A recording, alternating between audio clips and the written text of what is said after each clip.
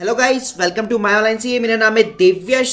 आज मैं बात करने वाला हूँ how you can earn the 2 lakh rupees by selling your old coins and the notes. तो जैसे मोदी जी ने 500 और 1000 के नोट बंद किए, तो कुछ लोगों ने इकट्ठा करना भी शुरू कर दिया कि आज से 50 साल बाद इसकी वैल्यू शायद कोई डबल ना हो जाए, राइट। तो चलिए बात करते हैं। तो देखिए, सबसे पहले मैं बता देना चाहूंगा कि कॉइन्स और नोट्स को सेल करने का रूल क्या है। अगर इंडिया के अंदर कोई भी अगर करेंसी लीगल टेंडर नहीं रहती है, जो पुराने नोट्स है, कॉइन्स है, आप उसको जो है एज ए सेल आउट कर सकते हैं। और साथ में आपको यहाँ पे ये भी चीज़ मायने रखती है कि आपके जो वो नोट है या कॉइन्स है, उसमें कुछ यूनिक आइडेंटिटी होनी चाहिए और आपके पास में उसकी पूरी लीगल जो है ऑनरशिप होनी चाहिए, मतलब चुराए हुए नहीं होने चाहिए, राइट।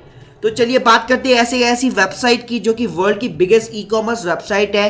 प्लस कुछ ही लोगों को पता है कि ये एक ऑक्शन वेबसाइट भी है जिसका नाम है ebay.com या ebay.in।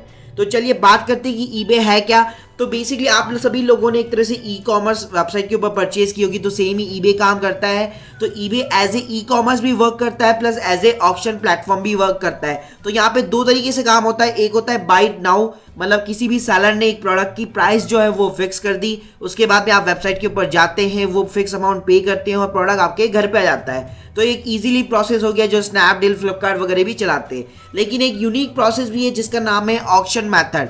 तो जो कि eBay जब लॉन्च हुआ था तो ये इसी के साथ में लॉन्च हुआ था।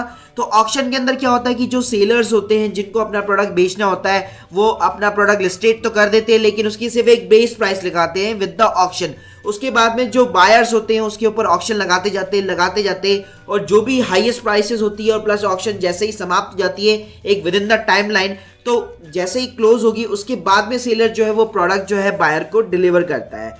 तो चलिए जानते हैं कि डील करने के लिए। तो देखिए, पहली जो चीज़ है कि आपका जो प्रोडक्ट है, आपके जो कॉइन्स है, आपके जो नोट्स है, वो यूनिक होने चाहिए, मतलब कुछ पुराने सिक्के होने चाहिए या फिर नोट होने चाहिए।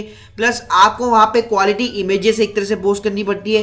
प्लस आपको गुड डिस्क्रिप्शन यूज़ करना है विद द हिस्ट्री की ये इतना वैल्यूबल क्यों है। वहाँ पे आपको फैक्ट्स और फिगर्स लगाने हैं। प्लस हमेशा ध्यान रखिए आपकी जो प्राइस है, जैसे कई बार मैंने eBay की लिस्टिंग के ऊपर दिखाया कि लोग करोड़ों के अंदर डायरेक्टली बेस प्राइस लगा देते हैं, जो कि गलत है। आपको हमेशा जो बेस प्राइस है वो रीजनेबल लगानी चाहिए, इवन लो भी लगानी चाहिए, जिसका मैं आगे एग्जांपल देने वाला हूँ प्रैक्टिकली। और प्लस आपको अपनी मार्केटिंग भी करनी चाहिए, marketing yourself with the right keywords.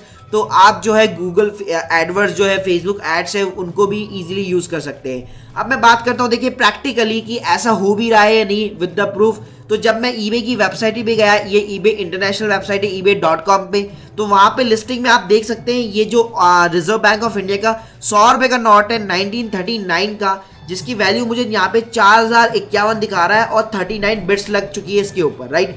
तो अब मैं देखिए इसके बारे में बताना चाहूँगा कि जब इस बंदे ने यहाँ पे लिस्टिंग की थी तब उसने कितनी प्राइसिंग से स्टार्ट की थी। उसने जो प्राइसिंग लगाई थी वो लगाया था $0.99, मतलब $1 भी नहीं, मतलब 60 रुपये भी नहीं, 65 रुपये भी नहीं होता दोस्तों, राइट। तो मतलब यहाँ से उसने स्टार्टिंग की थी और जब ये बिडिंग लगना चालू हुई, धीरे धीरे इंक्रीज होना चालू हुआ, तो ये लास्ट में जाके जो कॉइन बिका है वो बिका है $4051 के अंदर, जो कि अगर मैं ओवरऑल बात करूं, अगर आप कोई सी भी बेस प्राइस लीजिए, कन्वर्जन प्राइस लीजिए, तो 2 लाख रुपए आप आसानी से कमा सकते हैं, राइट। मतलब 65 रुपए का उसने बेस प्राइस लगाई और उसको ऑक्शन के अंदर जो ये नोट जो बिका है वो बिका है 2 लाख रुपए के अंदर। तो प्रैक्टिकली है, बिल्कुल आप लिस्टिंग कर सकते हैं, राइट। तो अब मैं बता देना चाहता हूँ कि क्या स्टेप है। सबसे पहले आपको ebay.com की वेबसाइट पे जाना है। यहाँ पे ध्यान रखिएगा आपको .com पे जाना है, ना कि .in पे, क्योंकि जो .in है वो इंडिया को रिप्रेजेंट करता है और यहाँ पे कोई इतना ज़्यादा मार्केट है नहीं।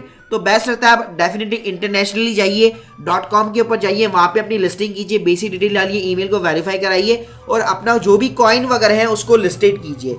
तो जैसे ही आपकी एक बार सेल कंप्लीट होती है, आपको वो प्रोडक्ट डिस्पैच करना होता है, तब तक आपका जो प्राइस है, आपका जो अमाउंट है, वो eBay एक तरह से होल्ड करके रखता है। तो जैसे ही आपका प्रोडक्ट डिस्पैच हो जाता है, उसके बाद में eBay जो है आपके पेपाल के अकाउंट के अंदर ट्रांसफर करता है और उसके बाद में वहां से आप डायरेक्टली अपने बैंक अकाउंट के अंदर भी ट्रांसफर कर सकते हैं। So guys, hope you like this video, please subscribe our channel. Thank you very much.